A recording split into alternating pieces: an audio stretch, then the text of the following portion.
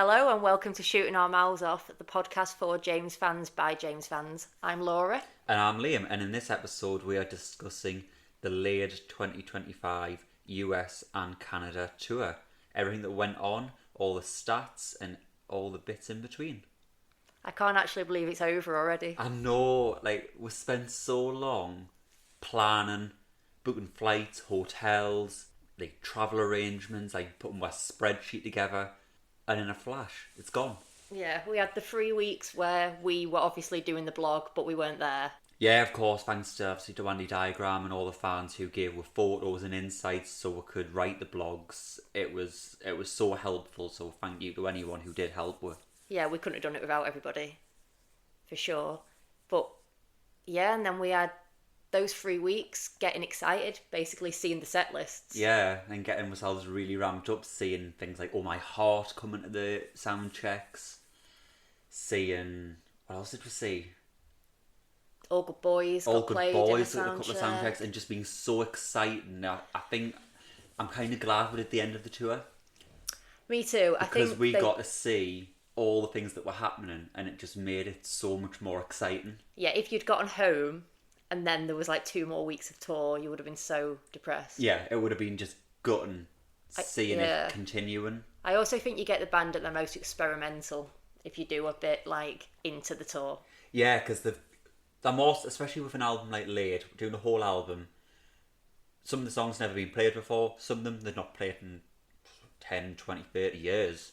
So there was going to be bumps to start with, and I think you're right, we got them at that point where they were like, right, we're comfortable now, we can take some more risks. Yeah, they knew exactly how to follow the gentle songs, and they kind of got that set list right, and it was quite clear. Obviously, set list was different every night. They still changed the set list during the set. Obviously, there was James, there was madness and chaos on stage, but it all flowed nicely every night. Nothing was like, oh, that doesn't work, why have they played that now? Every song followed or that came before, they slotted in nicely in the set list. Yeah, exactly. The way that they chose the non-laid songs as well. Yeah. They did that really well. But yeah, we've been a bit nerdy, haven't we? And we've done this massive spreadsheet. We have, so we've plotted every single song that was played, and we've done a count of how many times they played it.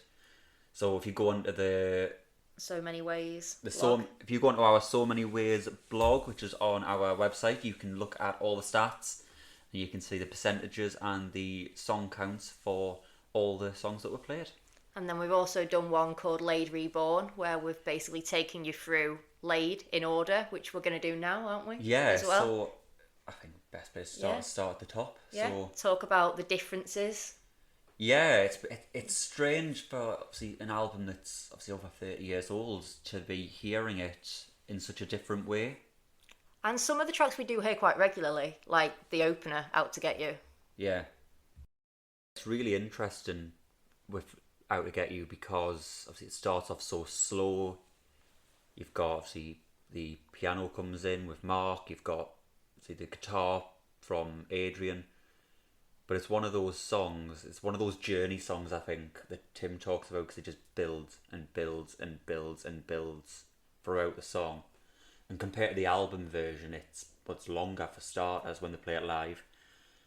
It's got a lot of improvisation in now. It has, especially towards the end where you've got Jim and Saul just going at it. It's practically a duel, isn't it? It's practically a duel, and I think there's one photo that I took on one of the gigs, and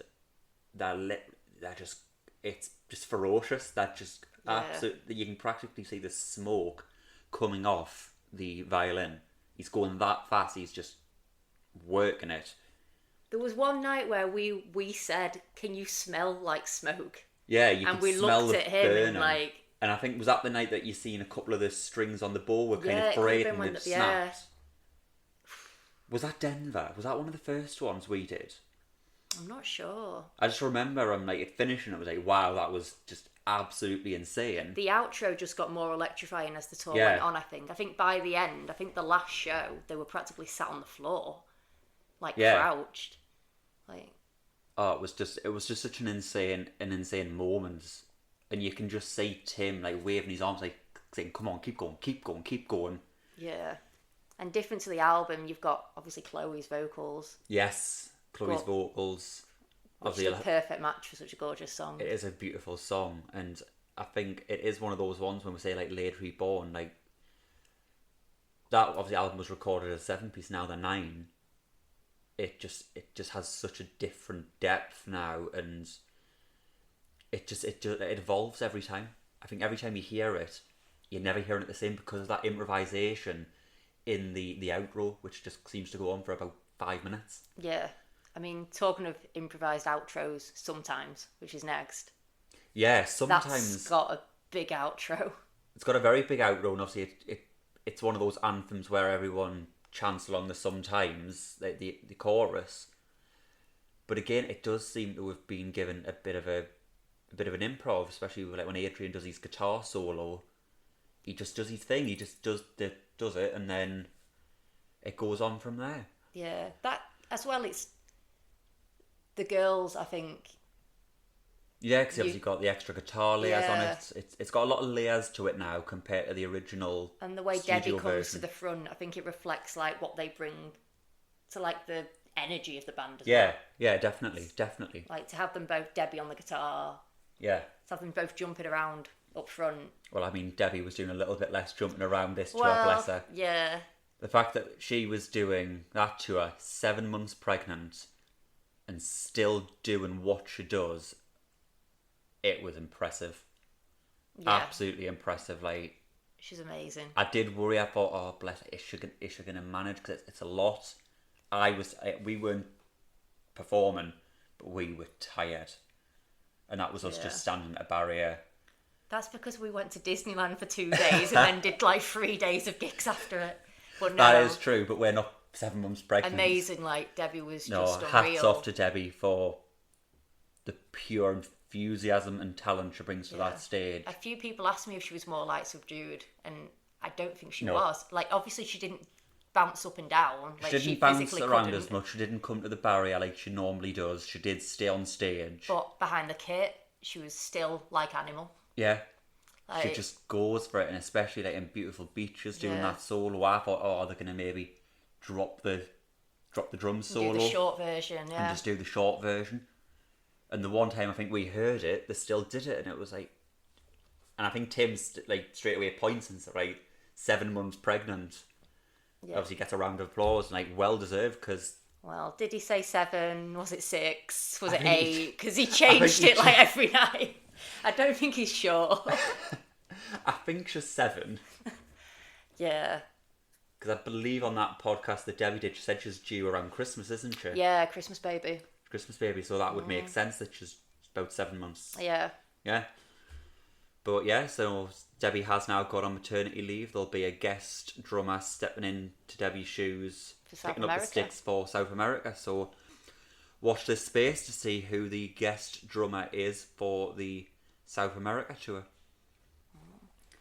So next on the album's Dream From, which I know is one of your favourites. Dream From's one of my favourites, and it kind of holds a place in my heart because it was the first one that I heard live at a gig. Prior to that, I'd heard things at signings when they did the Girl at the End of the World signing tour. But this was the first ever song I heard the whole band play live. And it is one of those, it's another one, I think there's a lot of them, but it's another Journey song. It is a Journey song that builds. It surprised me when they did it in Santander when we were at Sonora I Festival. was quite surprised with that one. I think it was obviously just practicing and getting ready to play it. Yeah. And I think we've discussed this in a previous podcast. I guess they took the opportunity of having an early set. Yeah, and it works then. But on this tour, it was quite a well received song, and it was. I think it has evolved. It's one of those songs that has evolved since the album, like all of their songs. But I think it's one of those ones that has stayed a little bit more true to its original sort of score. Yeah, I'd agree. There's not so much improvisation in it. It does kind of stick to the key of what it is. Yeah, it's a big one for Adrian. It's a big one for Adrian, and it's another one for Sol on violin as well. The loop and guitar line Yeah, sort of like grounds it. I mean, the whole album's a big one for Adrian, really. He it did a great is. And job. bear in mind, Adrian wasn't on that album. No. He's really picked up the slack with it. Yeah. No, definitely. It was definitely one of my favourites to hear, and it is one that I kind of hope might come back again. Yeah. Not as much as one of the three, though. Oh, where do you start with I one of the mean, we need three? half an hour to talk about one of the three. I mean, it was one of the ones I think we were most looking forward to hearing Yeah. because it was like, what are they going to possibly do with this song?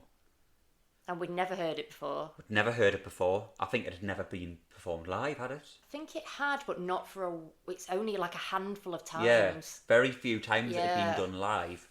Very few times. And it was in a lower key It was than in on a the album. Yeah, it was in a lower key, which obviously just to compliment Tim's like voice and how his voice is a lot lower now. Yeah. But still so powerful. Oh, just from the minute it starts, from Dave on the drums and Debbie on the drums to then And it's that acoustic the guitar of acoustic Souls. guitar coming in. The way that builds in and gets a little bit louder before the lyrics start.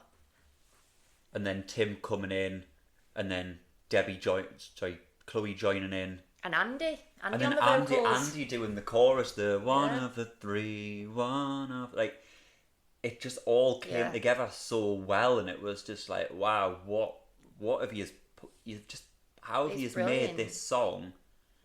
I would say they've made it better than the album. I said this to you yesterday, that I was listening to Lade yesterday and I was cursing the band for ruining a really great album for me because these songs live were on another level. Yeah. I don't know how you can enhance such a fantastic album, but one of the three. I would love them to do that again next year. Yeah, it's just absolutely insane. How do you make something better? Like Laid, probably one of the most popular albums of the band, and they've reinvented it.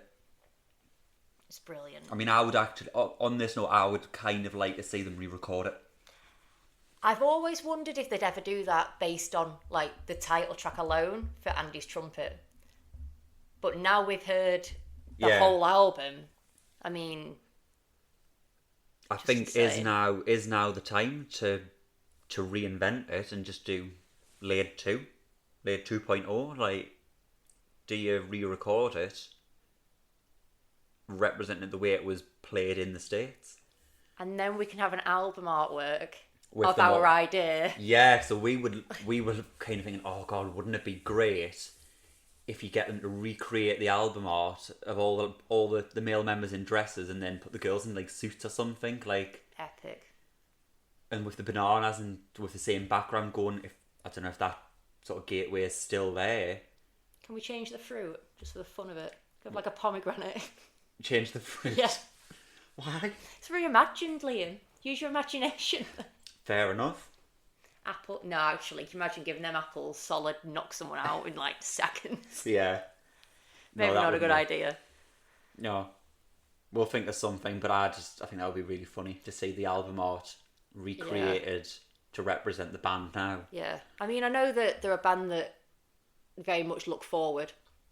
They They do, don't really look and back. they don't look back, but sometimes it's good to look back because then you can reflect on your past, you can reflect on what Yeah. you've done, how you can improve. And it's doing things differently. It's that- not like they'd be recording it exactly the same. No, and that's kind of what they've done. They've looked back, they've looked at an old album, and they've thought, right, let's look forward. That's how can we bring it forward and make it what we are about now? And I think they've done that hands Yeah. down. There's nothing I would change Because about I've that been tour. to album tours before. I know the Manic Street Preachers have done a few, and it's very much like press and play on the album. Yeah, I've done the same. I did the Lightning Seeds and I did Jollification, and don't get us wrong, it was fantastic, but you kind of could just close your eyes and think, press play, Yeah. and just sit back or stand up and just think, okay, I'm just listening to Jollification. Yeah, that's exactly what it was like. Whereas James, They reinvented they've Laid. completely And I think redone that's it. just true James' style of saying, Yeah. okay, we're going to do the album in its entirety, but we're going to change it completely. Yeah. We are not going to do the expected. We are going to do improv. We're going to reinvent it. Yeah. We're It's gonna not going to be add- in order. It's not going to be in order. That lasted 2 minutes. Yeah. And We're we're going to gonna- utilise all the members. Yeah, of course. Like, it's fantastic. And would you say Something had much? I think because much Say different to it. Something is something that we do hear quite a lot, it makes the main set on tours quite often. It was just the same as always, but I do think it's worth saying that it isn't like the album version. It has become a lot more uplifted. It's got a lot a more lot of energy heart to it. to it. Yeah, it has. I think the fact that Tim seems to associate it with connecting with the crowd. Yeah, because he comes out Yeah, for that one. seems to be the first time he came out each night. Yeah, he did. And there's the big chorus as well.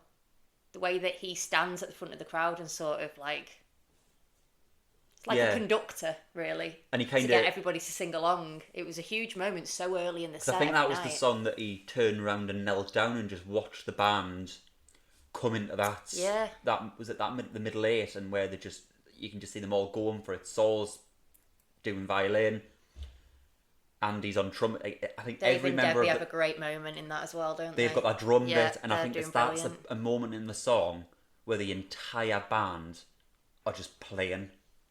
They're just going for it. There's nothing. I don't think anyone's standing still at that point, and Tim is literally just kneeling down, looking at the band. Yeah, in awe. And in awe, and just watching it come to life. I love that. You don't get many frontmen like that, I don't think, you who can actually really like you can tell he appreciates and he's in awe of like all of their talents. And you can just tell he's looking and he's just proud. He's proud of like his friends, his family, that his band's just doing what they do best. Yeah, and I mean that can be said even more so for Five-O. Oh. I mean, why did the band have to pick this album? Because there's just so many songs. In Seattle, the extended intro, it was like Saul wasn't going to stop. It was amazing, and Tim kept going to grab the mic to like take his cue, and then he just kept smiling and like stepping back because Saul just kept going. But I think that's the thing with that song. It's another Brilliant. improv song that the dude Saul can just keep going. Yeah. And he knows the minute when Tim starts the lyrics, that's when he stops, and you see him sweep the bow away, ready to stop. Very dramatically. Oh, very dramatic. Very dramatic. Very dramatic. It's very theatrical. But the intro of that song is just... That's so Saul's impressive. moment, that song. It I is, mean, yeah. the whole band are brilliant in it. They all Yeah. come together. It's one that shows like everybody's improvisation skills. Absolutely, yeah. But Saul's just insane in that Yeah, song. he's just another level. He's for a person we see as the guitarist on the band, he's almost a better violinist. And I know he's the reluctant violinist, he says, but my God, when he picks up that violin and that bow, he just takes it to another level. Yeah, it's been a great album for that. I mean, Yeah. we got so many great moments Yeah, with him and his violin. PS as well. He plays it in PS. he does, and that's your favourite. PS is my favourite, and we know what I always say about PS. I always miss it. Well, It's you got it 5 times. 5 times, and I'll probably never hear it again now. But it's one of my favorite. I think it's one of the first I heard from James, and I just fell in love with it straight away. And I don't know how they evolved it so much. Yeah, It was gorgeous. I mean, it has got. It's again, and I think we're going to be seeing this for nearly every track. It has got a new energy to it. yeah. I mean, towards the end, Adrian's guitar was like sort of mimicking Tim and Chloe's vocals. Yeah, it was. And just the little things like that they add in Yeah. that make it so different. But yeah, that was quite a powerful song, and Yeah, violin again. There was a lot of improvisation in PS. There was a huge gap that they filled. yeah. No, and then no, it was one of the highlights of the night. For Every the gigs. night. Yeah, absolutely. And it should be the highlight of every gig ever, when they should do it for the rest of their careers. Yeah, absolutely, it should. Or for me. Everybody Knows had its live debut, didn't it? Yeah, and that was a one, because it's quite a quiet one on the album, and I wasn't really sure how to expect that live. It's quite a dramatic, sort of slow blending song, but Yeah, it doesn't really go anywhere, does it? Everybody Knows. it's a very quiet, reflective track, but it did bring a lot of emotion to the gig, I think. Yeah. I think it's one of those that sort of demands attention from the crowd. Yeah, it's not a And one. it got it. Like, Yeah, it's a the quite crowd were always so respectful. quite subdued as well. It kind of captivates the audience. Yeah, definitely. And that shows its strength as well. Yeah, absolutely, it does. Yeah, That the audience were happy to sort of be stood in silence. yeah, Probably trying to work out what the lyrics are. yeah. Because it's the one. Everybody's argued about that for years, Yeah. haven't they? And Knuckle Too Far. Tim's favourite to perform on this tour. Yeah, which I was quite surprised at. I mean, don't get me wrong, it's been a great song, but it was probably one of the songs that I was a bit like, it's okay, but not one of the most powerful of the set. No, where did we hear it sound checks? Was it Colchester? Colchester, yeah, and then We were arriving at the park and they were sound checking it. And I was thinking, oh god, they're gonna obviously try it out in the UK, and then they didn't. Knuckle Too Far is another Adrian track. It had that huge moment where he does that really scuzzy guitar The line. guitar slide, yeah, with the slider on it, it is just fantastic the way he does that. Just incredible. Yeah, that gave it a real edge, I think. Yeah. Because it's quite a chill song, isn't it? Yeah, it's quite a laid chill. back song. I think it's kind of like the previous song. It is just quite slow and it just kind of captivates the audience in a sort of a trance where. Yeah, it sort of just rolls along with Jim's bass, doesn't it? Yeah. And then. Yeah, Jim's bass intro on that is really good. Yeah, there's some great bass on Laid. Yeah. But it's quite a heavy bass album, really. Oh. So we've gone from Tim's favourite to perform to one of our favourite. I think this possibly. To perform. I think following one of the three, or maybe very close. I think on par with one of the three, Low, Low, Low. Which I don't think anybody was looking forward to. I think it's quite overlooked. Yeah, but I've always liked it. But when they come to play that song and Andy's trumpet intro starts, it was just like, what? Like, again, what have you done to this song? Yeah. You have ruined the album version for us. I cannot listen to the album version now. It's like, I've always loved it, but now it's it a great sounds song. quite flat because the trumpet's not there that we're used to. Yeah, we've had obviously the trumpet every night. Yeah. And Andy so just upbeat. puts it's become more upbeat. Yeah. It's the whole band. I think Tim swayed all the way through. The whole band were like bouncing. Yeah. I mean, lyrically, I really like the lyrics to Low, Low, Yeah. Low. It's quite a cheeky tone to it, but yeah. And it's quite a nice contrast to the rest of the tracks on Laid. Yeah, absolutely. But for me, it's just Andy's. Yeah, it is Andy. Because it's not even just the intro, it's like playful trumpet flourishes throughout it. Yeah. It just really came alive. Just fantastic. And yeah, and like you were saying with the lyrics, I really just love the intro lyrics. I'm a member of an ape-like race at the arsehole end of the 20th century. It's a great intro. That I would love that as a tattoo. I'd love our highs are higher than our lows. I think that's a really great lyric. I think as a song, it's just got so many nice quotes in it. I do remember Sol saying once that the band weren't overly keen on the song and they didn't think it was strong enough to be on Laid, but lyrically he really liked that lyric that you like. It's just mad. It's a strong lyric. But it was definitely a highlight for me.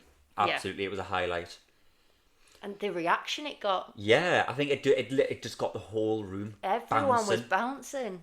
And I think that helped with, obviously, the additional drumming in it, Andy's trumpets, those melodies he was doing. And again, kind of like what Adrian was doing, where he was echoing on the guitar with Chloe and Tim's lyrics. I love that. I think Andy was sort of doing that with the trumpet. He was almost echoing the low, low, low, low with the trumpet. Yeah, he was getting the tune just right, as if he was singing it into the trumpet. It was Oh, they're such a clever band. That's so They're brilliant. so good. But I like it when Soul's on the acoustic as well. Yeah, and you could tell. I think you could just tell they were all just enjoying themselves Yeah, I feel like far he'll too say much. that he wasn't enjoying himself, Yeah. but he definitely was. It's such a bouncy, Yeah, they all just happy looked song. like they were enjoying. I mean, maybe it wasn't the song itself, it was just the experience of all being on stage, Yeah, playing this album that they created together. I mean, Yeah, they all just look like absolutely. they're having so much fun. absolutely. And then title track, Late. I think it's kind of a harder one to talk about because we hear it pretty much every gig. Yeah, it is. It's a one that you very rarely don't hear at a gig. But it is a song that has evolved since the album because it's got no Andy on it, so it's got no trumpet. The trumpet's great on it. And the trumpet I think it makes the song. Yeah, it does. And it's always been a song that when I want to listen to it, I do look for a live version to listen to it because I think the live version with now the trumpet in it is better. Yeah, because you get the energy shining through with the live version. There's a lot more energy when it's got the additional instrumentation in it. I love the live treatment it gets as well from Tim letting the crowd do the first couple of verses. Yeah, that seems to have been. That seems to have happened quite a lot lately. I think it's just now how it is. Like the crowd sing. They start, because it's such a quick intro, isn't it? Yeah. So I think before the band have even decided how they're going to go Yeah. with it, But also, crowd and sing. as much as they haven't done it in a while, I've always enjoyed, and they did it towards the end of the orchestra tour, where they do it slow Yeah, was that They do when the Tim would first sit verse. down at the front sometimes? and sing it acoustically, Yeah. and then you'd have Jim doing the bass line just getting faster and faster, and then And then Dave Dave kick in would do with the drum. fast drumming, Yeah. and then they would start the entire song all over again, and just it makes it that bit longer because it is a short song. It's a short song, which is quite good for when they've not got much time left at the end of a gig. It's good to be able to you say, "Oh, we've only got 2 minutes. Oh, we've got to go off. Oh no, we're going to do later. Yeah, we're going to." we've And got- I think that's we've why got the kind of. something. I think it's. Although sometimes I'm like, "Oh, just start with late. Let's just get it over with. Let's just do it fast." But I think in a way it's good to keep it in the Yeah. back pocket so that if you need to fill 2 minutes at the end, to be like, "Well, we're not wasting it. We're going to play it till the bitter end." Late can be pulled out the bag. And it leaves everyone on a high. And it's the most popular song in Yeah. America, isn't it? So Yeah. it did make sense. And it made sense to end on it, kind of keep people guessing when they're going to play late. It's the late tour, they've got to play it. Yeah. And then- bit of a less joyous one. Oh, but Lullaby, it was such a beautiful song. Performed by just Mark, Adrian, Jim, and Tim as well. Yeah, it was an odd one because they all walked off the stage, apart from in Vancouver when Saul decided to stay Oh, God, yeah. and just sat on the stage When he didn't realise that he wasn't playing on that song. and was reminded by Tim, "Saul, you're not on this one." "Oh, I'm just gonna stay." Yeah, and he said Sol leaves stage left, and Sol was like, absolutely not. And he just sat down and watched, sat on the drum riser. But no, this song it's a very beautiful, poignant song,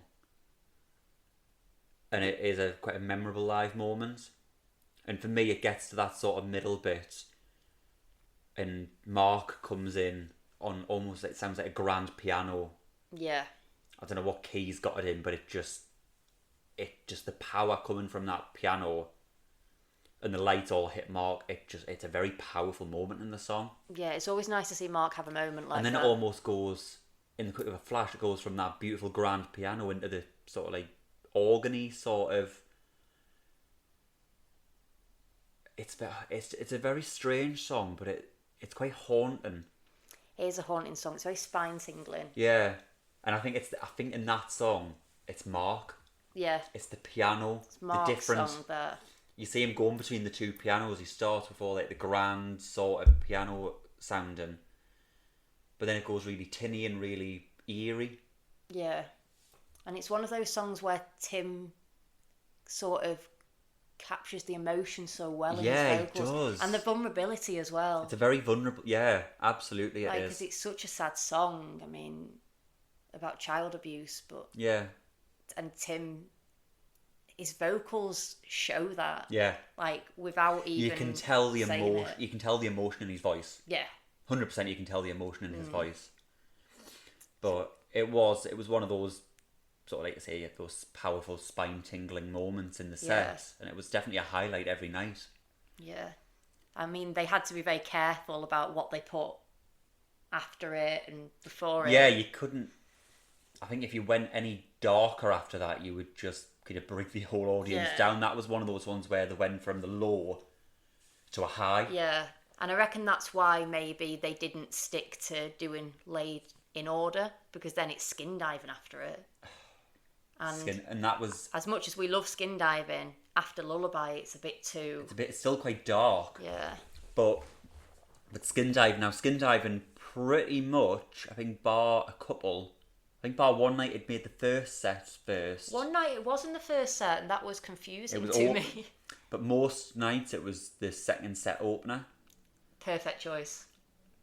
And it works so well. For Chloe stepping into the spotlight on lead vocals, like Tim doesn't appear on this song at all. He's not, and the fact that he's not even on the stage. No, he doesn't come on. He on. fully lets her have his moment. It's Chloe's song. Yeah. And was it Seattle when we could see him at the side of the stage dancing? Yeah. But he didn't do it on stage, and that says I assumed so he much. would. I assumed that was how it was going to work, because we kind of discussed this, that because it's such a high song, it's fairly unlikely that Tim would have been able to manage it. No, but unless they reinvented it, which I didn't think they would. No, I thought he'd sort of be like backing vocals, swapping places, but sort of dancing in the background. But to let Chloe into the spotlight like that is such a gorgeous thing to do, and she was so amazing. And I think it was LA. I mean, she got a great reaction every night, but LA, she hadn't even finished the song, and the crowd erupted. It was insane. And the eruption. Smile on her face. You could just tell that she was just. I don't know why she was surprised. I don't know why she's ever surprised, and I think the same with like when Debbie does her drum solo, like, and they get the massive applause. They kind of look a bit like, oh my god, I'm getting this massive round of applause, and I'm thinking, why are you surprised? That was amazing. Because I remember when they joined, and Chloe said that the fans had been so welcoming to her. Yeah. And that it was quite an overwhelming thing to be joining a band who have been going for like decades. Yeah, absolutely. But no, Chloe definitely stole the moment. Yeah. That is her moment. And it was so heartwarming to see. And she made the song her own. Like, she didn't sing it. She didn't try and do what Tim was doing. No. And just copy exactly like how he was singing it. She sang it how she wanted to sing it. She made it in her key, in her tone. And it was another one of those spine-tingling moments. It was just so atmospheric, like the lighting and the sound of the band. And Dave on bass? Yeah, Dave on bass. That was weird. And again, I think that was another moment. It was almost giving the song to the girls, because then Debbie was on lead drums. David stepped away from the drums, giving Debbie that spotlight as well. And Dave smiled the whole way through. Oh, he loved it on bass. He loved it on bass, and looking at Debbie and Chloe, I think. I think that was a song that the band like, had kind proud. of said, right, it's the girls' moment. Yeah. Let's give it to them. They take the lead on this. And just I the think proudness. There's like no egos. And it's not a heavy drum song, but obviously Debbie had to take the lead, but it was quite a heavy bass song, hence why I think Dave came down to do bass. But again, it was very strange seeing Dave at the front. It was just like, what are you doing? It was great for taking photos, though, wasn't it? Because you can never get one of Dave. You cannot. And even like a good thing with Debbie coming forward for certain songs, like sometimes you get that moment where you can like write photos, like stand still, which is hard. It's hard to get photos of Debbie because she's never still. No. You usually get her with her hair in front of her face. Yeah. But that's all of Laid. Yeah, so obviously we're going to a bit of the stats now. So was it 33% of the tour was Laid songs? I'll have a look. So the statistics for this was, so Laid was 33% of the tour. Not including the festival dates. Not include. Just So in including our the actual statistics, tour. we haven't included the festivals. We've just looked at the late tour itself. But going through, so starting as far back as we can. So Village Fire EP, which was obviously Him from a Village. Obviously it's not on an album, so we've just put it as the EP. Was played once, so that takes 2.6% of the time it was played on the tour. Goldmother, 3 songs were played on that, so 7.7%. Late obviously takes the biggest chunk of the tour with its 33.3 and 13 songs. 7 next up with surprising that got 5 songs and 12.8% of the tour. Whiplash, we only got 2 songs, 5.1%. And Pleased to Meet You, Millionaires, with 1 song, 2.6%. Fred only got played once, wasn't it? Yeah. Which was a shame. And it wasn't in Toronto, because we all thought it was going to be in Toronto. Yeah, we assumed it would be Toronto, because that's where Michael Koulis lives. Yeah. And he didn't, I don't know if he was there, because we weren't, but he didn't come on stage this time. No. Shame. Might have been busy. No one's too busy for James. No. Pleased to Meet You, 1 song as well, 2.6%. Hey Ma, again, 2.6% with 1 song. Le Petit Mort, 3 songs from that one, and we got 7.7% on that one. Girl at the End of the World, 1 song, Attention, 2.6%. Living Extraordinary Times, we got 2 songs from that one, Heads and Leviathan, which was good. All the Colours of You, 2 songs, 5.1% as well. Yummy, I think Yummy is still the latest album. Yeah. So we got 4 songs from that one with 10 points. I'd like at least 8 songs from Yummy, please. Now. Oh, we need more Yummy. I need more Yummy in my life. I miss Yummy. I miss Yummy. But they got a lot in. Bear in mind, out of 18 albums, they got quite a lot of their albums in there. It must be hard for them to write set lists. It must be, and I assume in this way you could count the fact that they did Wah Wah as well, because Tomorrow's on Wah Wah. Yeah. But it's also on other albums, so it's a hard one to do. But they got so much in there, it's obviously been carefully thought out. Very carefully thought out. I know they look at, when they get to a city, they look at the set list from the last time they played there, and they want to change it, yeah. Which is good for the fans, isn't it? And yeah. It makes it more interesting for them as well. It does. It really does. I mean, the most played that weren't on Laid were Heads, Tomorrow and Way Over Your Head, and they were all played 16 times. Yeah, and bear in mind there was 18 gigs altogether. That's good going. That means they were all just not played twice. Which is mad, really. Which is crazy. And then followed closely behind with Stay and Beautiful Beaches. Best songs ever. Oh, absolutely. But I think for us, obviously, we didn't really get Beautiful Beaches a lot, but I think that was quite evident that Debbie was getting tired. Yeah, and we got it a lot over the summer, didn't we? We did, and I think we got it in, I want to say it was Denver and LA, but then after that it went down. It stopped after LA. Maybe, yeah, that would make sense. I was still surprised they didn't play it at Ohana Fest. Because we were on a beach. For anyone who wasn't there or didn't see the photos, Ohana Fest, which was the festival in Dana Point, was on the beach. Yeah. Literally. You could walk out onto the beach. We entered the venue from the beach. Yeah, it was gorgeous. Beautiful, beautiful. Palm trees. It doesn't feel real. It didn't feel real, did it? It was such an amazing festival, and I don't want to go to another festival ever again. I think that festival has ruined festivals for me. Can you imagine going to Leeds Festival after that now?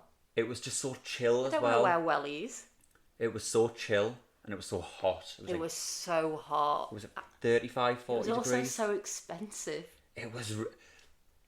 See, that's the only downside. It was expensive. A can of pop was what?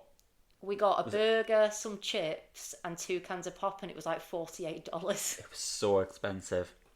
Don't get us wrong, the food, it was all lovely, but... Making memories. My poor $48 at a time. My poor credit card. But no, Stay. I love Stay. It's one of my favourites. I absolutely adore that song. It's one of those songs I do prefer the album version because it's Yeah, longer. I don't like the Well, I don't. It's not that I dislike it, the Chris Martin version. Yeah. You've cut out that lovely extended intro Yeah. that I like, but it getting so much stage time this long after Yummy came out is quite interesting though, because it wasn't a Definitely. single, No. so it must just be one that they enjoy playing. Yeah, which is absolutely, really nice. absolutely. Same with like Way Over Your Head. That it's strange that the singles of the album have gone. Yeah. They don't Our seem World to be the Is This Love and Life's a Fucking Miracle. We haven't heard this year. No, but Life's a Fucking Miracle somebody mentioned in the Vancouver soundcheck, didn't they? They did. Like I think they had it as a tattoo. Yeah, and Tim basically said that they played it at every gig last year. So they But want- it'd be back. And Well, it's on the best stuff. It's on the new definitive album. So Yeah. So I think they'll be back next year, and I think I'll It was appreciate. I think I'll appreciate the fact I've not heard it for a year. So when it comes back, I'll not be thinking, oh, okay, I like the song, but it'll be nice to hear it again. yeah, because you do get like that, and it's not because you don't like the songs. I remember when I can't remember what year it was, but Interrogation was getting played a lot, and you don't. It's not. I guess you sort of tire of it. You take it for granted. I Yeah, think you that's do. what it is, because you don't dislike it, but you're like, oh, I wish they'd play something different. But then you also have to take into account that most people are normal and don't go to like every gig possible Like we do. like we do. Like they could play Yeah. the same 10 songs and we'd be there. Yeah, But yes, when you've had a little break from the songs, it's nice. and it's good because James do rest their songs, so they get that break and you get that break. Yeah, and they now do. Interrogation's back and And loving it may take a break again. Who knows? It's obviously next year is going to be obviously quite a hit heavy set, but obviously playing things that pretty much I'll be playing anything that's on the new Best of album, Yeah, which would be cool. and there are some things that don't get played on there. Yeah. Like So Many Ways. I've been Now dying to that hear. I would love to hear. I really, really hope that makes the Me set. too. And Run Aground. I've Run only Aground, heard once. I've heard that once. Yeah. Obviously, we mention this every podcast, but All Good Boys is on All there. Good Boys. So, Whoever decided to put that on that album, thank you, because Yeah. that is one. It is one of the best James songs ever written. yeah, I'm really, really happy that that made it on there. Yeah. But looking forward to the next tour. Yeah. But back to the late tour, surprise editions. Oh my heart. I think that was the biggest surprise. Yeah, and I'm so glad we got it in a sound check because I think if we hadn't heard it and we knew it had been on the set, Yeah. we'd have been devastated. Because they played it a couple of times, didn't they? Yeah, They did. Detroit and Montreal, they And played it. it was mainly a sound check song, but to hear that live, for me, it was the first time I'd heard it live. Just, oh my god, Yeah, it was only my so second. good. Yeah, and we didn't get Him From a Village, but that appeared a couple of times. Yeah, Which was quite a I like that surprise. song. I don't think they'd done that since the orchestra tour. I don't think so. No, so that was a surprise. Don't Wait That Long was a surprise.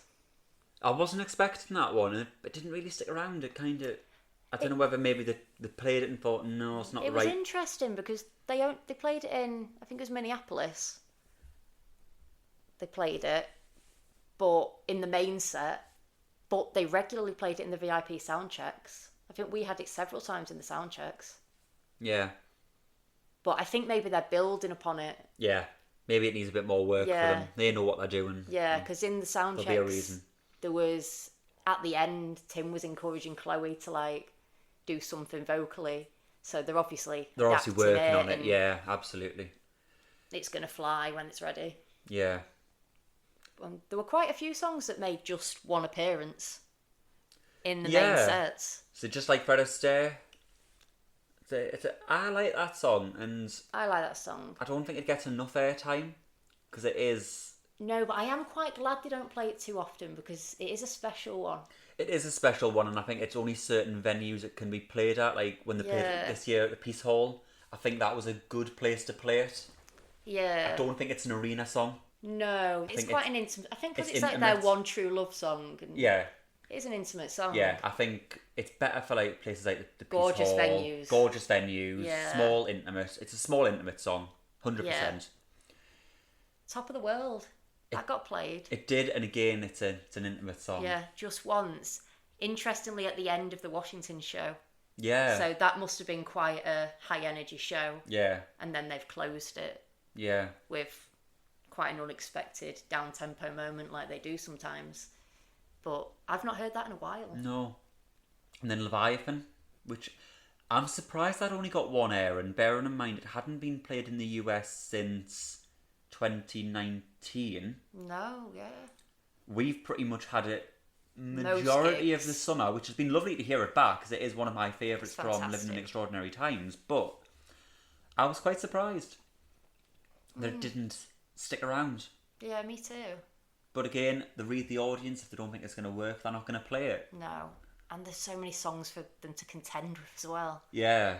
And then, moving on, only got one air, and that was kind of dropped in. Yeah, it was a bit of a fluke, wasn't it? I don't think we were meant to get moving on. There was a problem with... Was it with the pitch? The pitch? Tim couldn't find the pitch for heads. There was a problem with heads. They tried to start it a couple of times, and in the end, Tim was just like, we might circle back to it. Mark had to fix something, and he was like, well, let's try moving on. And they'd sound checked moving on. I think that day, had they? Yeah, they had. Was that the day that somebody asked for a Le Petit More song? Yeah, someone in the sound check said, "Oh, you don't seem to play a lot of Le Petit More. Like, can you?" And they were like, "Well," and I think they'd just been doing it in their sound check, and they're like, "Well, we'll have just tried that one. Shall we give it a go?" Yeah. And they did it, and it worked. And then they put it in the main set as like a stand-in. Because moving on's we get that quite regularly, I think. Yeah, we do. And it's one of those emotional songs. Yeah. If I'm having an emotional day, I'd rather they didn't play it. Yeah. Can just end in tears, that one. And then, obviously, talking of VIP soundcheck surprises, All Good Boys. That made its live debut in North America. Yeah, it hadn't been played there before. No. Which was nice to see it go into another audience. Bear in mind, it is a late B-side, so... Yeah, so it wasn't... So it shouldn't really have been a surprise. No, we should not have sort of really. expected it. But it was when we discussed earlier of them evolving and waiting to get to that point and getting comfortable. It did come later in the sets of the tour. Yeah.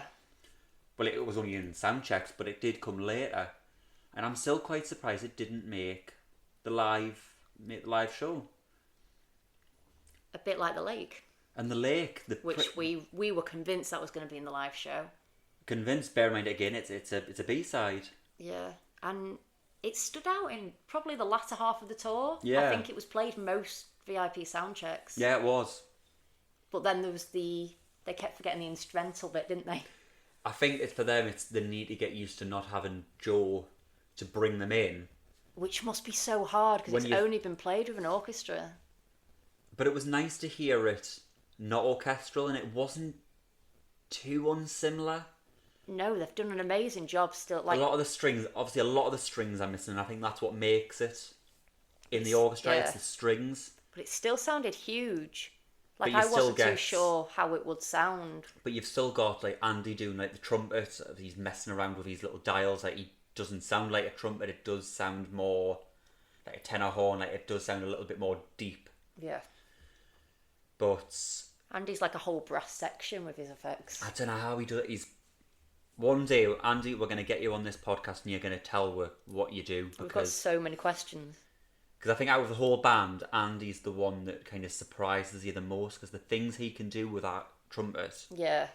Like we said with Heads, when he does that, when it gets to that sort of when middle it sounds like the foghorn. When it sounds like a foghorn. And obviously that's Andy and Adrian blended, but Andy does something to his trumpet. Yeah.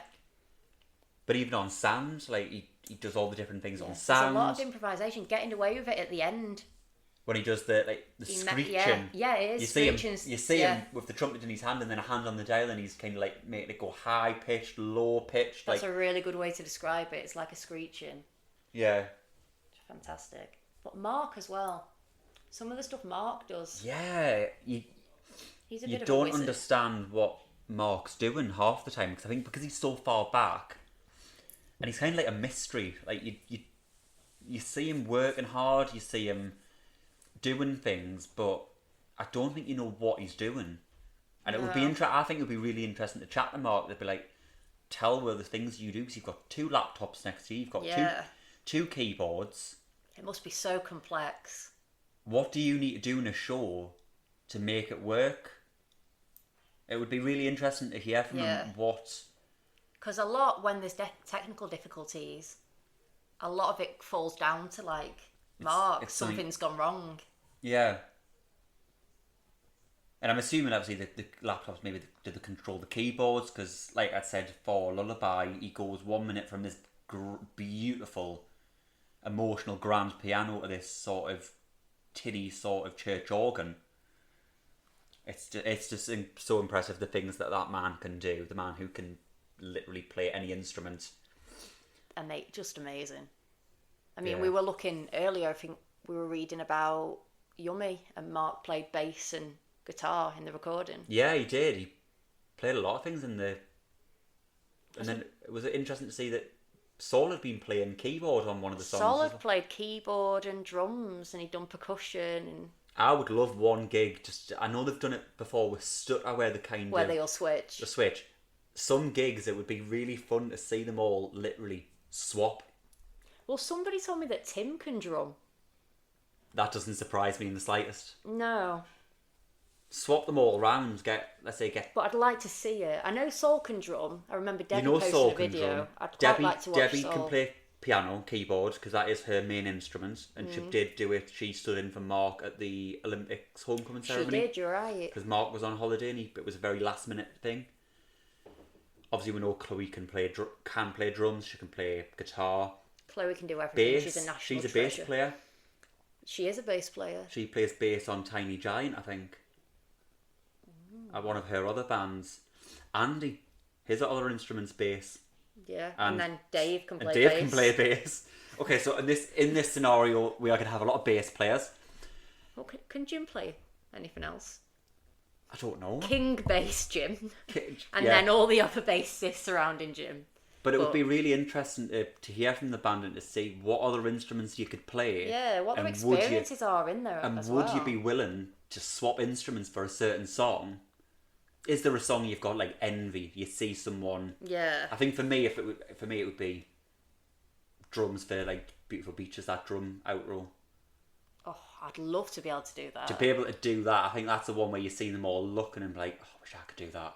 I wish I could do all of Saul's violin. Saul's violin, Andy's trumpet on Low, Low, Low, and One of the Three. Like, it's just... They're just so talented. Such a talented band. It disgusts me as somebody with no talent. It disgusts me. It disgusts me that I've got a guitar upstairs in my house and I can't play it. Yeah, I've got a guitar from when I was like 10. And I've tried and tried and tried, and for some reason I'm just not music. I'm not. Obviously, I've got a musical mind where I can understand music and I can like listen to it and hear little bits, but I feel like I've got really small hands. See, I've got quite big hands and quite long fingers, and people say, "Oh, you've got the fingers to play a keyboard and to play guitar because you can wrap your fingers around the guitar neck, and you could be able to stretch your fingers out." I find that difficult on the guitar neck. But then you see guitarists like James Dean Bradfield; he's got small hands. Yeah, I think it's one of those things you've got to pick it up at a really young age, and if you don't, it's just so much harder. God, if my mum hadn't bought me a PlayStation. Maybe I'd be a guitarist by now. See, I did get a guitar when I was young, when I was at primary school, but I quit. I quit as well because it was guitar lessons on a lunchtime, but there was 15 of us in this classroom learning guitar, and you couldn't learn. You need one-to-one. You do need one-to-one with stuff like that. But I remember wanting to learn the drums, and I went to the music shop in town.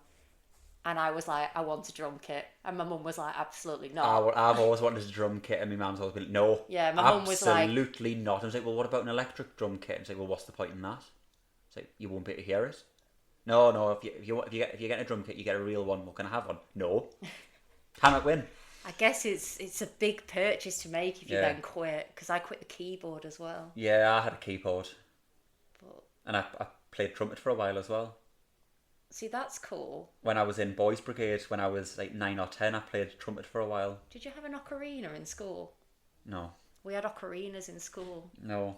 That was the closest we got to anything like that. When I was in Boys Brigade, I played a few instruments. I was I started on trumpet, but then I didn't like it because I couldn't. It was walking when you were doing the march.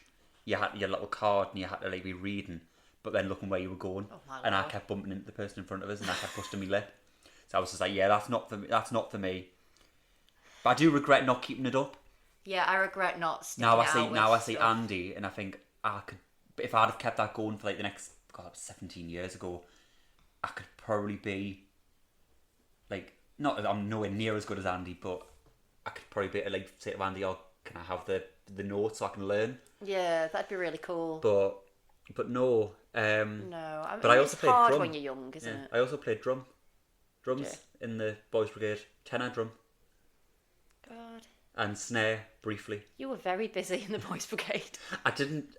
I was only in it a few years, and I kept switching because people would leave and they were like, "Oh, do you fancy trying this one?" I had to stop the snare because it was too heavy for me back. It was a really heavy kit. And then what else did I do? Cymbals. I was great at cymbals. Percussion. Yeah, I did try the xylophone, but Oh wow.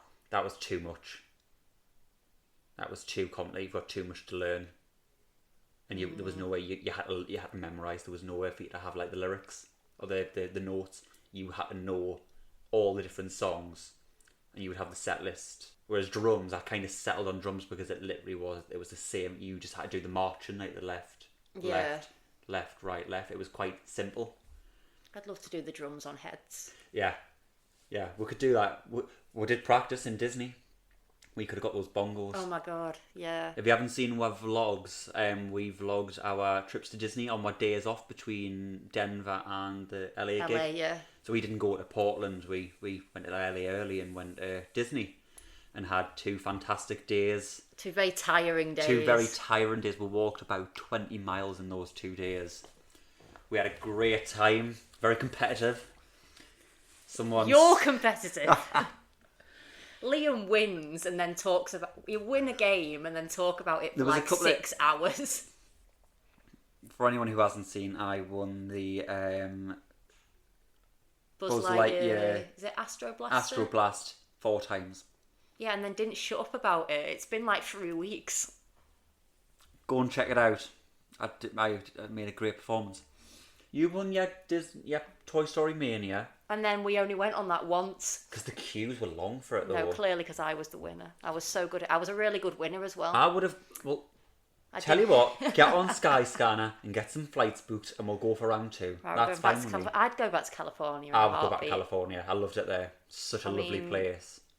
If the band do America next year, we'll do I'd California. go back to California again. Yeah. What would you say has been like the best location to go to, just as a location? The Dana Point one was just unreal. The minute I can't remember the name of the train station, but the closest train station to the beach. You got off and it was a weird train because it was literally just one line on a road. It was literally a station at the side of a road, and there was like a restaurant, there was a clock tower, and it was just like, I think it was blue skies. And we'd left downtown LA where we were staying and got the train. And even just the temperature, we got off the train, it was like getting off an airplane, it was just like, wow, this is hot. Yeah. The restaurant was full of people all drinking. It was so much commotion, there was so much going on. Yeah, it was a bustling area, wasn't it? It was just fantastic. And then the day was just... And we saw Green Day for the first time. Green Day, oh my god, they were so good. And we went and seen a few bands, we've seen Wet Leg. Yeah, we saw Wet Leg. Who else did we see? That guy that you really like, and I can never remember his name. Oh, Glenn Hansen, who was he's an Irish singer and musician, and he was in a film called Once, which is like a musical film, and it was one of my favourite musicals and stage shows, and he was in the film version. So that was quite a nice surprise. Because he played with Eddie Vedder, didn't he? He played with Eddie Vedder, yeah. Eddie Vedder did. Was it a secret set, the Eddie Vedder one? It was a secret. It was meant to be a woman. It was like some random name who no one had a clue who it was, and it was Eddie Vedder doing the surprise set. And halfway through, he's like, "I'd like to introduce my good friends," and then Glenn Hansen came on.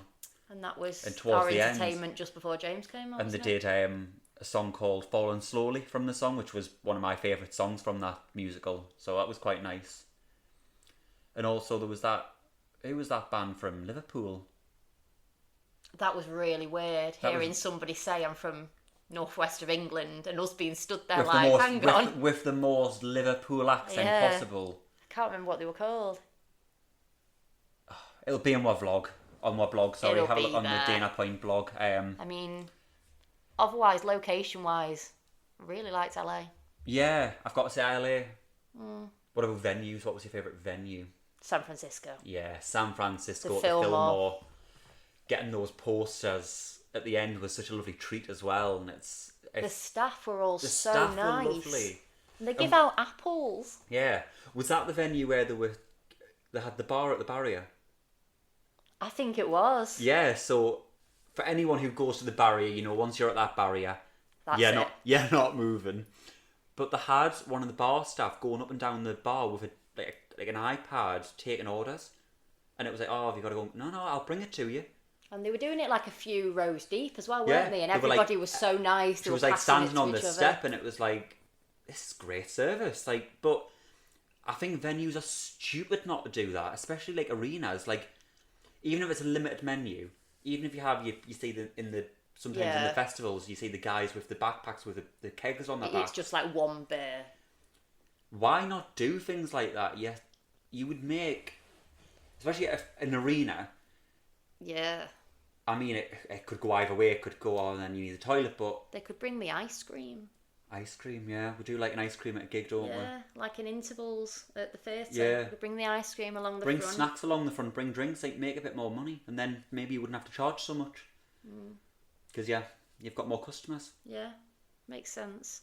I've just realised we've forgotten to mention the most important song from the VIP sound checks, which is Senorita. How have we forgot Senorita? So we missed Portland, didn't we? And we We were really did. gutted about it. Because we wanted to spend a bit more time in Seattle, didn't we? Otherwise, we literally would not have got a single moment there. It would have No, been we wouldn't land, have seen gig, any of leave. Seattle, so we decided we're going all that way. We want to see And the I'm glad places we we're going did. to. Oh, I'm me still too. glad we did. Is that because you saw all the Last of Us filming locations? Is that why? I have never played The Last of Us. I've never seen The Last of Us. I had no clue where I was going.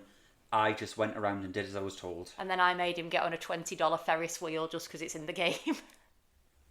It was, and I got some nice photos. Yeah, it was just a gorgeous place. I'm glad we went. But when it came to us being sent the set lists, When we were told, I think one of To the do the fans blog. messaged was said they did Senorita, and it was like, no.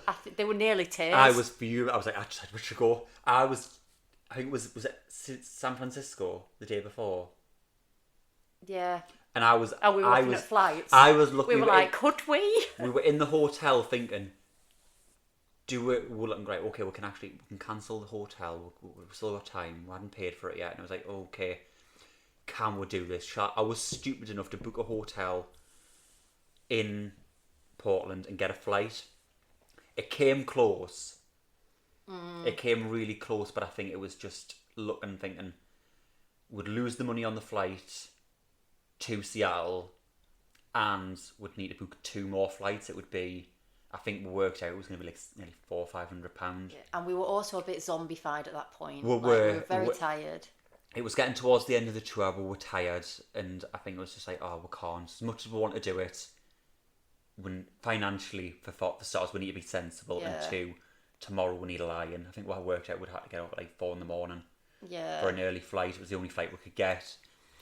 And then they did one of our favourite songs. We did and that- Senorita. and we had to write the blog and say nice things. No, and we but- were so sad. We were, but but they did it in, they did it in Vancouver. Vancouver. So we got at the next gig for us. which made us very happy. And that was you know what? That was the perfect end to the tour, getting Senorita. Yeah, I think that did It was round just off such an wonderful. amazing tour, and I mean, they only ever play it in Greece. the fact that we got it. Yeah. We can say we've heard it. We can die happy. Like, Yeah. Perfect end to the tour. but what a tour though! Just like rounding off that tour, like the adventure we went on, like James, Disney, seeing the sights, visiting such beautiful places, meeting so many people as well. Like, it was so nice to like, people who that were was listening. gorgeous, yeah. It was so lovely to meet you all, and it was quite humbling to see how many of you are actually listening, because we see the statistics of people who've listened on the website, and it's a lot. It's hundreds, I think it's nearly thousands in some areas, but We expected it to be a bit of a struggle, didn't we? we did. We thought it'd take us a while to find our feet and that nobody would really be interested for quite a while. But it's been so humbling to see all the lovely comments and to hear them in person. Like, you see it on a comment, you get a message from someone saying, "Oh, I love what you do, keep it going." Like, "Oh, I haven't been able to make any of the gigs, but because of your vlogs and blogs and podcasts, I feel like I have." It really does make it all worth it. Yeah. It was so lovely meeting people. I'm putting names to faces. Names to Obviously, faces, yeah. The like, Facebook groups, you speak to you people hear a in name and it's there. like, "Oh my god, yeah, you've been commenting, like, oh, hello, lovely to meet you." Like, and it's like faces as well. Like, you see faces, people posting their photos from like the past, like for come up the UK, and it's like, "Oh my goodness, yeah, I know you." It's quite emotional. It was quite emotional. Like, the whole tour has been emotional from the minute we Yeah. arrived in Denver with the jet lag and the lack of oxygen to getting to Vancouver and just ending. That was the perfect end, Vancouver. It was such a gorgeous show. And I've got to say, like, it's rare I get emotional at a gig, but that Vancouver gig, I really, really was emotional. Yeah. Because certain songs, because this was before we'd had the release of the best of track listing, and there was certain songs, and I was listening and thinking, I'm hearing this for the last time live. Certain songs, and I think it was the main one was "Way Over Your Head," because for me that has been that has been just one of the best songs I think they've ever written. Yeah. Especially and hearing it the last 2 years, and I just kind of thought, it's been 2 years now. Is it time? Is it time? Is this it? But then seeing it made it to the best of album, I would like to think it'll stay. And the band have said it. It's almost their new sometimes. And they said that before it even got big. And Tim said it at a couple of gigs. Yeah. This is your new favourite song. Yeah. And I remember always thinking, it's already my favourite song. It's not my new favourite. It is my favourite. It was quite early on. It was one of my favourite. Yummy songs. Yeah. Yeah, mine was always Better With You, Stay, and Way Over Your Head. For me, it was Way Over Your Head, Better With You. And I liked Rogue. I liked Hey. Rogue. I liked Hey and Butterfly. Butterfly. Oh, what a great album. Like, I think it's you can't win. Like, you can't have it all. No. But I do think the ones they've picked are strong. They've done really... See, that must have been a nightmare, choosing the best of. Yeah, I can't imagine how long it took them to do that. To curate that, because we can't even choose our favourite. I know, like, and I know they've been getting a lot of help. songs. They've been getting a lot of help from Dave Brown, who's been working on it with them, and so I've got to say, And Dave, he's going to come on and chat about it with us, isn't he? yes, he is going to come on. So in a couple of weeks, hopefully, or a couple of months, just before the tour, we'll chat to Dave Brown, who is one of the curators of one of the three, the James Archive website. So Our Bible. our Bible, it is the James Bible. Yeah, we get so much information from that. He's such a great help. Yeah, so if ever you've got a James query, you're not sure on a lyric, you're not sure on when a song was ever played, a location, anything, merch, you name it, go on one of the three. If it's not there, I'd be very surprised. Or if it's not there, just ask Dave Brown. Harass him. That's fine, he's fine with what it. we do, It's what we do. He loves Willow. But that is the James Lade tour in a nutshell. That's our deep dive into how the tour went and just the adventure we went on. So feel free to go back, read all the blogs. We blogged every single one. And we reviewed 3 of them. We 3 of reviewed them. Detroit, Dana Point, And and Vancouver. So we tried to there's do a 3 bit of a reviews. mixture. We did the live stream, a festival, and the last final gig of the show. tour. Yeah. So so go back, have a read. See, look at all the photos. All the photos we're taking from the gigs. Yeah, it's just been such an incredible adventure, and I'll always be grateful for the tour I went on, and the memories I've made. But I'm still in that process where I'm just so down that I just miss it so I much. know, I just can't. The fact that, I mean, we're sat in your living room right now and my suitcase is still here. Yeah. Like, because... Looking at my both the suitcases, because obviously we've been very clever. Like, we only took one big suitcase and 2 little ones. So I'm just picking all of So my Laura's stuff came. up. Laura's came to mind to pick all of our stuff up from the big case because we've got that much stuff like merch, presents, things, whatever. Mickey Mouse plushes. You got 2 of those, didn't you? What did you get again? You got I got Director Mickey from the studios. Yeah. And I got California Adventure Mickey. Yeah. He's got a baseball cap on. Yeah. He's really cool. So like looking over now, you've got obviously all your stuff from LA, my big suitcase, your little one. Yeah. Where To see our suitcases with the daisy on as well. yeah, and it's quite, and then seeing the Fillmore poster that you've came to collect as well, I just can't believe it's all over. and the But onwards and upwards, we've got the arena tour to look forward we to. have, and we've been talking about it. We've been booking flights and hotels for that, haven't we? Yeah, and the band travel. they're at their best, aren't they? Yeah, I feel like I they're don't having think the best time. They sound the best. they've never been this good ever. No.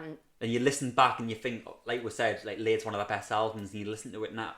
It's like, how have they done? How have they made it better? It was already one of their strongest, most powerful albums, and they've just remastered it in a live performance and made it better. Like, how does a band do that? And I mean, what does that say about what the next album's going to be like? I know. Because I feel like everything they do at the minute reflects all of their talent, obviously, Yeah. and also how happy they are and how much they're enjoying what they do. I know. And being in each other's company. I'm- So writing I'm- new songs together. I'm really looking forward to seeing what the next album, whatever it may be, the next tour, whatever that holds. But I think whatever it is, we're all in, wherever it takes us. We absolutely are. So in the next episode, we are going to be taking a bit of a step away from James, but still keeping on topic. And we're going to be talking about Johnny Marr. So Johnny Marr, who has of course played with James on the last American tour and at a couple of UK gigs. Me and Laura are off to Denmark and Germany on the Johnny Marr tour. So stay tuned for that episode, which will be coming out very soon. But from me, goodbye. Thank you so much for listening, and don't forget to follow us.